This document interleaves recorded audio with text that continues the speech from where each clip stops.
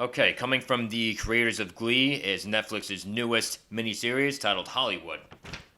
The show follows young dreamers as they pay whatever price necessary to make their motion picture dreams come to life in post-World War II Tinseltown.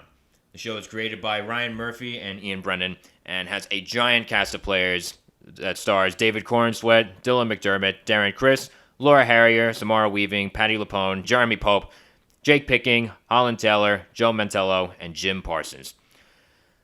Now, my expectations going into the show, considering all the mixed reviews that the show was given before it started its release, my expectations were kind of low, considering all that. The reviews were a bit mixed going into the show. That being said, since my expectations were kind of low, I ended up enjoying the show so much more than I thought I would. Now, this is by no means a perfect show, but it has a lot more going for it than I originally would have thought. Now, this show, a lot of the show centers around sex and sexual promiscuity and hiding sexual orientation. So my first word of advice to anyone thinking about watching the show, don't watch it if you're a prude. If that kind of thing throws you off or makes you uncomfortable, this is definitely not the show for you. But going on to the things that I did like, one of the things that works so well about this show is the cast. The performances across the board are absolutely terrific. There are some, in my mind, that stand out just a bit more than others, but there's by no means a weak link anywhere in this giant ensemble. And I think that says a lot, considering how many moving parts there are in this particular cast, that all of them are so strong. I think that says a lot about the effort that went into the show on the part of everybody involved. Now, just because the performances, just a couple performances in my mind that stand out the most. There's David Corenswet, who plays Jack Costello, this World War II vet trying to make it as an actor. And going back to the sexual promiscuity part of the story, Jack starts working at a gasoline station that also operates as a kind of male prostitution ring for a lot of the Hollywood elite players during this time. So Jack, of course, is very conflicted about doing the things that he needs to do in order to make a living for his wife and babies that are on the way back at home. Even though his morality, there's a great moral debate inside of Jack Costello that maybe he doesn't make all the choices that he necessarily agrees with. They're still at his core a good guy, and it made me very much root for him. And I don't know if I can say empathize, but definitely sympathize with him a bit. I liked watching his character go through all the motions that come with trying to make your dream come true very much. There's Jeremy Pope as Archie Goldman. Archie is trying to make it as a screenwriter in Hollywood, but of course, considering how this is the 1940s and he's not only both black and gay, it's a double whammy for this particular time period. His struggle, unfortunately, is amplified that much more, but it doesn't necessarily, for the most part, I can honestly say that I definitely rooted for him as well. I wanted for his dream to come true. His intentions were definitely coming from the right place, and it made me very much root for him as well. And then in terms of performances, not as much character, and I'll get to that in just a second, but in terms of performances, Jim Parsons plays real-life Hollywood agent Henry Wilson, and he is fantastic in this role. The role is, Henry Wilson is portrayed in the show as a total killer. This very blunt, almost brutish kind of guy, and the fact that it's very weird. There isn't a very masculine energy to Henry Wilson, but at the same time, like I said, there's this very vicious and ruthless nature to him as well. And coming off of a performance such as The Big Bang Theory, where I guess Sheldon Cooper was very much set in his ways and very determined, he didn't have necessarily the tenacity that Henry Wilson exudes in this particular show. And this is a role that I see very much as a role and a performance that I see very much as a big leap forward for Jim Parsons in terms of his abilities as an actor. Now, there's a lot of emotion that goes into the show. There's a huge heart to it all. And even though there are times where things come off as a bit cheesy, this is one of those shows where at times I am very happy that I wasn't lactose intolerant or that I could have maybe enjoyed a glass of wine while watching the show. That's how cheesy the show ends up being in a lot of ways, but that doesn't mean that I didn't necessarily feel anything in the heartstrings. There's, like I said, all these, the vast majority of these characters, you really want them to succeed. And I very much felt like that's one of the biggest draws for the story, especially considering how long the show ends up being. The show is just under, in total, about 6 hours long. Now, like I said, with the show being as long as it is, there's a lot of moving parts to the story. And as much as I enjoyed, for the most part, the moving parts of the story, all of that coming together kind of made it feel convoluted and messy. But again, that just because it all feels convoluted and messy doesn't mean that I wasn't completely invested in as to what was going on. Another thing that works very well with the show is the characterization for the most part. Again, I cared very much about the vast majority of these people getting what they wanted, all their personalities, all their complexities, all their motivations. My favorite characters, like I said, was David Corenswet as Jack Costello. You have Ernie West, the owner of the gas station that Jack starts out working at, played by Dylan McDermott.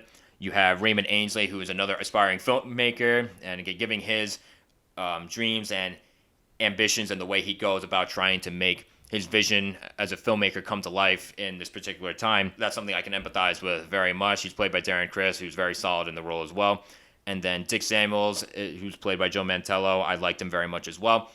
Now, like I was saying before about the Henry Wilson character, not the performance, but the character, there's a lot of complexity to him, and I was very much intrigued by that complexity, but at the same time, I was a little confused as to how I was supposed to feel about him, how the show wanted me to feel about him, because in real life, and not only in the show, but in real life, Henry Wilson was a bit of a sexual predator who often coerced or, I guess, lured up-and-coming actors into sexual relationships because he, too, was a latent homosexual.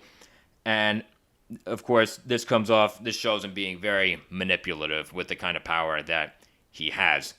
But, and again, just the way that he goes about treating people. And I was very confused as to how I was supposed to feel about him, considering how he's also portrayed as this person trying to achieve his dream as well. And I'm like, okay, am I supposed to sympathize with him in this quest to get his dream? I'm honestly not sure. But at the same time, I can't say he wasn't an interesting character to watch. And again, that's in large part due to the fantastic portrayal by Jim Parsons. Now, and on the visual end, there's a very glossy look to it all. And I looked at the production design and the costume design, and it's all very convincing. It's all very immersive. And one of the first things that I thought to myself as I was watching the show, and I'm noticing all this, is, wow, this is an expensive show.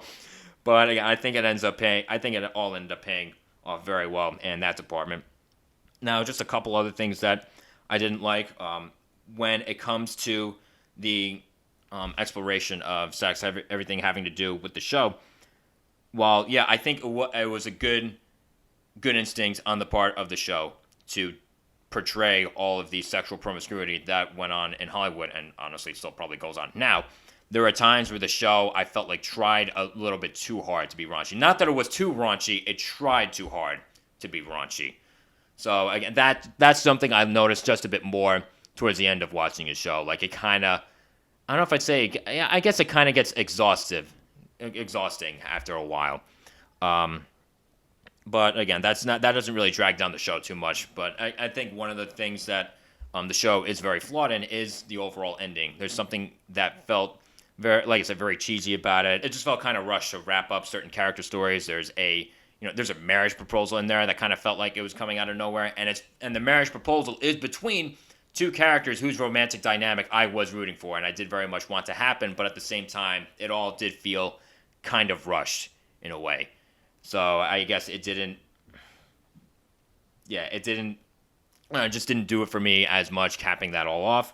There's a character death in there that I felt kind of came out of nowhere, whereas it's very weird in how they were originally building up one character death, it seemed, but that character doesn't end up dying, and if someone else dies instead. So it seemed like they were trying a little too hard to subvert expectations where it didn't necessarily make sense to.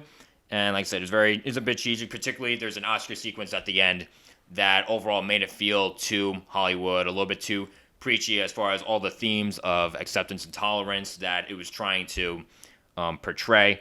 And again, not to necessarily say that the themes of acceptance and tolerance aren't at least well-intentioned, that aren't at least justified, the way that the show goes about not portraying them, not only in the ending, but throughout the entire duration of the show as well. It all felt a little bit too heavy-handed, at least for my tasting. And again, just the ending overall felt a little too Hollywood, quote-unquote, but at least to the show's credit, they did title the final episode of the show a Hollywood ending. So I guess it's not like it was false advertising. But overall, this is honestly, I ended up enjoying the show so much more than I thought I would. Even though it's not perfect, there are times where it feels very campy. I very much rooted for the vast majority of the people. I was very much invested into what was going on with this show. So overall, I'm going to give the show a B+. And I'd like for you to... There's a debate that I would like to start in here. The show definitely takes a little bit of the more idealistic revisionist history approach to telling the story, because it does take place during, a real time in history. It basically tries to go, the approach of what if you could rewrite the story? And it makes me wonder to myself, okay, I could see wanting to rewrite the story, but is it healthy? Is it constructive to be so fixated on rewriting the past, again, revising history, because you can't just change the history that you don't like, So I want you guys to talk about this in the comment section below, or even comment in terms of the on the social media pages that I've set up for the show.